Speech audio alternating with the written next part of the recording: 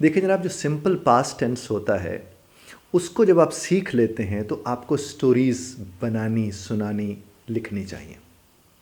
अब मिसाल के तौर पर आप अगर कहीं गए थे तो आप क्या कहेंगे? I went there. अच्छा जनाब, आप वहाँ चले गए। अच्छा, अब आपने वहाँ कुछ तो किया होगा, तो आपने कहा जनाब मैंने फ़लाँ शे वहाँ खाई। आई एट दिस देयर, आप वो कह सकते हैं। इस तरह अगर आपको किसी ने इनवाइट किया था तो आप कहते I was invited by someone, मुझे किसी ने इन्वाइट किया था। उसके बाद आपने कहा we had a wonderful time, हमने बहुत अच्छा वक्त गुजारा। तो ये सब का सब कौन सा है? सिंपल पास्ट टेंस है। आपको सिंपल पास्ट टेंस बेशक कहीं से भी आपने सीखा हो, वैसे मेरी वीडियोस भी इसके ऊपर पड़ी हुई हैं, कहीं से भी आपने सीखा हो, तो प्रैक्टिस करने का सिर्फ ये एक तरीका नहीं है कि आप फ़िक्रे बनाएं। और अक्सर लोग क्या करते हैं, फ़िक्रे बनाने के लिए वो कोई ग्रामर की किताब उठा ली, कोई 8वीं की किताब उठा ली, कोई मैट्रिक की उठा ली, कोई 9वीं 10वीं की किताब उठा ली, और वहाँ पर वो वाले फ़िक्रे बने होते हैं जो उनके रोज़मर्रा के इस्तेमाल के नहीं हैं। आपके जो रोज़ के इस्तेमाल के फ़िक्रे हैं, आप अगर उनकी अंग्रेज़ी बनाएंगे तो आपको कभी टेंस नहीं भूलेंगे, आपको वक्त पर याद भी आ जाएंगे, जो कि नॉर्मली लोग कहते हैं हमें याद ही नहीं आते। अब मिसाल के तौर पर आपने सिंपल पास्ट टेंस सीखा था बचपन में, 6ठी में, 7वीं में, 8वीं में, और साथ ही आपके टीचर्स ने या बाकी लोगों ने आपसे कहा कि एक स्टोरी है, इसे याद कर लो। वो सारी स्टोरी सिंपल पास्ट में लिखी हुई थी। अब जब सिंपल पास्ट में लिखी हुई स्टोरी आपको याद करनी पड़ी और वह मुंतकिल करके आ गए, तो पास्ट का इस्तेमाल तो आपने सीखा नहीं। अब सीधा सीधा आपने क्या किया, उसको स्टोरी को उठाया, आपने उसे याद किया और सफ़े के ऊपर लिख कर आ गए। और अगर आज भी आपको याद इसलिए करवाए जाते हैं क्योंकि हमारा ज़रा इम्तिहान जो है, इम्तिहानी निज़ाम, उसमें आपको रटना होता है, याद करना होता है, बड़ी अच्छी लिखी हुई समरी, यानी वो समरी या वो स्टोरी जो आप नहीं लिख सकते, किसी की लिखी हुई, यानी किसी उस्ताद की लिखी होगी, उस्ताद साहब की लिखी हुई स्टोरी को आप याद करके मुंतकिल करते हैं। और अगर ठीक ठाक मुंतकिल करके आ जाएँ तो वो जितने नंबर के होते हैं उसमें 2-3 नंबर कटते हैं, वो आपको मिल जाती है। कीजिए याद, वो चूँकि आपका इम्तिहान है इस तरह का कि आपको किसी का लिखा हुआ वहाँ लिख कर आना होता है। लेकिन आप एक काम तो कर सकते हैं जो आप आज कर सकते हैं, अभी कर सकते हैं। स्टोरीज़ को उठा लीजिए और वहाँ जाकर वर्ब्स ढूंढिए, और आप कोई ढूंढने जाएंगे आपको पता लग जाएगा।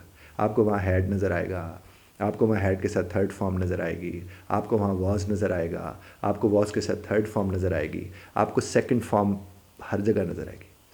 फर्स्ट फॉर्म आपको नज़र नहीं आएगी वहाँ पर, क्योंकि वो माजी की बात है। और माजी की बात जब आप करने जाते हैं तो उसमें क्या होगा? Second form of the verb यानी वेंट होगा, second form of the verb यानी टॉक्ड होगा, second form of the verb यानी स्पोक होगा, लिसनड होगा, रोट होगा। और अगर वॉज लगा हुआ होगा तो वॉज के बाद आपको थर्ड फॉर्म नज़र आएगी उसमें, और अगर थर्ड नज़र ना आए वॉज के बाद तो फिर उसके बाद वर्ब नहीं होगा। आईएनजी वाला तो लगता होता है, इसके बाद वर्ब नहीं होगा। होगा क्या? एडजेक्टिव नज़र आ जाएगा, नाउन नज़र आ जाएगा, या आपको जनाबे वाला उसके बाद एडजेक्टिव प्लस नाउन नज़र आ जाएगा। जैसे मिसाल के तौर पर he was Ali, he was good. अब जब हमने कहा ही वॉज अली तो वॉज के बाद अली नाउन नाम आया ना जनाब। हमने कहा ही वॉज गुड, और जो है गुड लगाया तो एडजेक्टिव आ गया, यानी खासियत आ गई। He was a good person, and the moment we said he was a good person, तो गुड क्या है? एडजेक्टिव आ गया, और पर्सन क्या है? नाउन आ गया। तो सिंपल पास्ट की आप मश्क बड़ी आसानी से इस तरह से कर सकते हैं, और प्रैक्टिस करने का यही तरीका होता है कि उसे अपनी ज़िंदगी में ले आए। ये नहीं कि अच्छा अब मैं बैठ के साइड पे बैठूंगा या बैठूंगी और फिर मैं नोटबुक निकालूंगा या निकालूंगी और फिर उसके बाद मैं लिखना। चलते फिरते फ़िक्रे बनाइए। आप कुछ भी ना करें, जो आपने कल का दिन गुजारा है उसी का जिक्र करना शुरू कर दीजिए, अपने बहन भाइयों के साथ, वालदा के साथ, वालिद के साथ। आप शादीशुदा हैं, शौहर के साथ, शौहर है तो बीवी के साथ, आप कर सकते हैं। आप जब तक अपने सीखने को अपनी ज़िंदगी का हिस्सा नहीं बनाएंगे तब तक आपके सीखने का ना आपको फ़ायदा है ना वो, और फिर बार बार यही रोना रोते रहेंगे। याद नहीं रहता, उस वक्त भूल जाता है, हेजिटेशन बहुत ज़्यादा होती है, कॉन्फिडेंस ही नहीं होता। हम यार कहाँ से आए वो कहाँ से आएगा? जब आप रोज़मर्रा इस्तेमाल करेंगे तो वो प्रॉब्लम। यहाँ तक कि मोटर बाइक घर में खड़ी करके 10-15 दिन बाद आप उसकी किक मारें ना स्टार्ट करने के लिए, तो वहीं आपको अंदाज़ा होता है कि यार काफ़ी दिनों बाद इसको हाथ लगा रहे हैं। गाड़ी को देख लीजिए, तो भाई जो इस्तेमाल करता है उसे इस्तेमाल आता है ना। आप इस्तेमाल करें नहीं, सिर्फ सोचते रहेंगे तो आपको इस्तेमाल कहाँ से आएगा? तो मेरा ये कहना मानिए प्लीज़, सिंपल पास्ट। और सिंपल पास्ट में मैंने क्या कहा? Second form of the verb, had के साथ third form of the verb, was verb के साथ थर्ड फॉर्म लगी मिल जाए, आईएनजी वाली फॉर्म मिल जाए, नाउन मिल जाए, एडजेक्टिव मिल जाए, एडजेक्टिव प्लस नाउन मिल जाए, ज़बरदस्त हो गया। अपनी पिछली बर्थडे जो आपने मनाई थी लिखिए ज़रा उसको।